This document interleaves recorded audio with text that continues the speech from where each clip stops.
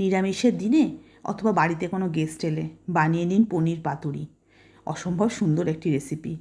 দেখুন, এর জন্য পনির নিয়ে নিয়েছি, 4 টুকরো করে কেটে নিয়েছি। এরপর একটি মিক্সারের বাটিতে সাদা কালো সর্ষে মিশিয়ে নিয়েছি, নিয়ে নিলাম পোস্ত আর কাঁচা লঙ্কা, এটা নিজেদের স্বাদ মতো নেবেন। নারকেল কোড়া নিয়েছি আর টক দই দিলাম আর একটু চিনি দিলাম।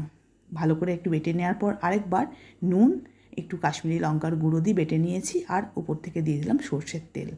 এরপর কলা পাতা কেটে নিয়েছি, কেটে নিয়ে একটু গ্যাসে গরম করে নিলাম, তাতে ফোল্ড করতে সুবিধা হবে।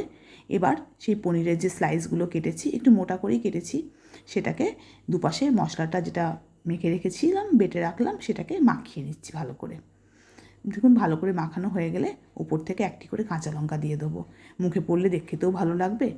আর এরপর সুতো দিয়ে ঠিক যেভাবে আমরা পাতুরি বাঁধি সেভাবে বেঁধে নিলাম।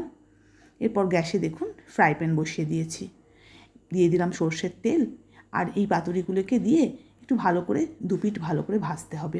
একটু চাপা দিয়ে দিয়ে একটু সুন্দর করে লালচে করে ভেজে নিয়েছি।